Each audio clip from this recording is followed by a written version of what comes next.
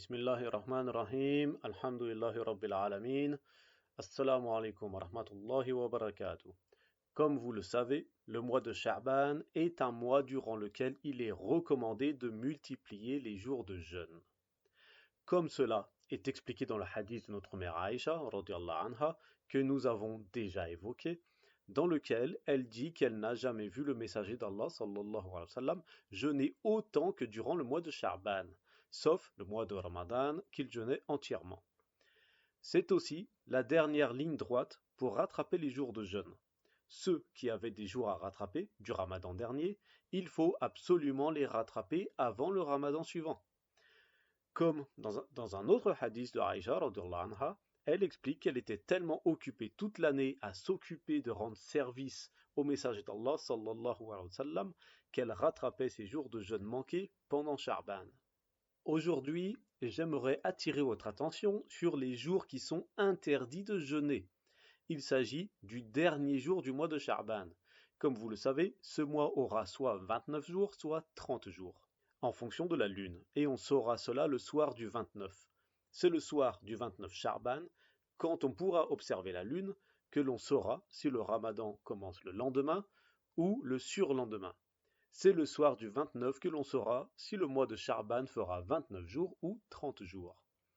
C'est donc ces deux jours-là, le 29 et le 30, que l'on appelle les jours de doute, car nous ne savons pas si le 29 sera le dernier jour de Sha'ban, et donc s'il sera la veille du premier Ramadan, ou si le mois aura 30 jours. Et il est interdit de jeûner les jours de doute, car le mois de Ramadan fait 29 jours ou 30 jours. Allah subhanahu wa ta'ala nous ordonne de jeûner ces jours de Ramadan et pas un jour de plus. On ne jeûne pas 31 jours ni 32 jours. C'est pour cela également qu'il est interdit de jeûner le jour du Eid, à la fin du Ramadan. Allah dit dans Surat al-Baqarah, versets 183 et 184, Ô les croyants, nous vous avons prescrit le jeûne comme on l'a prescrit à ceux d'avant vous, ainsi atteindrez-vous la piété. Pendant un nombre déterminé de jours, ayyamam ma'doudat. Dans ce verset, Allah nous précise que le jeûne obligatoire, donc le Ramadan, a un nombre de jours déterminé.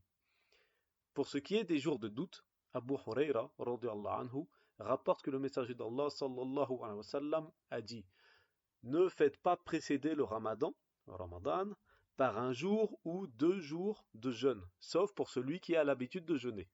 Dans ce hadith, le messager d'Allah sallallahu alayhi wa sallam nous a interdit de jeûner les jours de doute, mais il a permis cela à celui qui a l'habitude de jeûner, c'est-à-dire celui qui a l'habitude de jeûner tous les lundis et jeudis, par exemple, ou celui qui a l'habitude de jeûner le mois de Sha'ban en entier, tous les ans. Bref, celui qui a ses jours de jeûne, qu'il a l'habitude de jeûner toute l'année. Il a le droit de jeûner les jours de doute s'il tombe dans ses jours de jeûne. Par exemple, celui qui a l'habitude de jeûner tous les lundis, si le jour de doute tombe un lundi, alors il a le droit de jeûner ce jour. Mais pour les autres, c'est interdit. Il y a aussi la parole de Ammar radhiyallahu anhu qui a dit: celui qui jeûne le jour de doute a désobéi à Abul Qasim sallallahu alayhi wa sallam. Abul Qasim, c'est un surnom du prophète sallallahu alayhi wa sallam. Ensuite, il y a aussi des hadiths qui interdisent de jeûner après la moitié de Sha'ban, pour celui qui n'a pas l'habitude de jeûner régulièrement, donc du 16 Sha'ban au 28. Comme nous l'avons dit, celui qui a des jours de jeûne obligatoires à rattraper, des jours de Ramadan d'avant, c'est sa dernière chance pour les rattraper. Ceux qui ont l'habitude de jeûner les jours blancs peuvent jeûner. Ceux qui ont l'habitude de jeûner les lundis et jeudis peuvent jeûner le lundi et jeudi. Pour les autres, qui n'ont pas pris l'habitude de jeûner régulièrement, mangez, prenez des forces avant Ramadan. Ne vous fatiguez pas avant le Ramadan, mais au contraire, prenez des forces afin d'en profiter. Abu Huraira radhiyallahu anhu rapporte que le messager d'Allah sallallahu alayhi wa sallam a dit: lorsqu'arrive la moitié de Sha'ban, mangez et ne jeûnez pas jusqu'à ce qu'arrive le Ramadan. Et ce hadith a été jugé sahih par Al-Albani. Nous en reparlerons dans une autre vidéo, mais le mois de Ramadan est un mois spirituel dont nous devons profiter pour faire un bilan, une révision de notre âme, pour multiplier les adorations. Donc ceux qui n'ont pas l'habitude de jeûner régulièrement, le mieux pour eux, c'est qu'ils gardent leur force pour Ramadan. Pour ceux qui ont l'habitude de jeûner régulièrement, leur corps est déjà habitué à cela. Donc ils garderont leur force, Inch'Allah. Pour conclure, l'interdiction de jeûner le jour du Eid. En général, tout le monde sait cela. Je le rappelle ici, juste pour mettre l'accent sur la sagesse qu'il y a derrière les jours où il est interdit de jeûner. Nous avons parlé des jours de la deuxième moitié du mois de Sha'ban, pour celui qui n'est pas habitué, afin de reprendre des forces pour le Ramadan. Nous avons parlé des jours de doute, afin de ne pas jeûner un Ramadan plus long qu'il ne l'est déjà, sauf pour celui qui a l'habitude, et cela pour ne pas se fatiguer davantage. Et aussi, le jour du Eid, il est interdit de jeûner pour tout le monde, même pour celui qui a l'habitude de jeûner. Le jour du Eid, il est interdit de jeûner.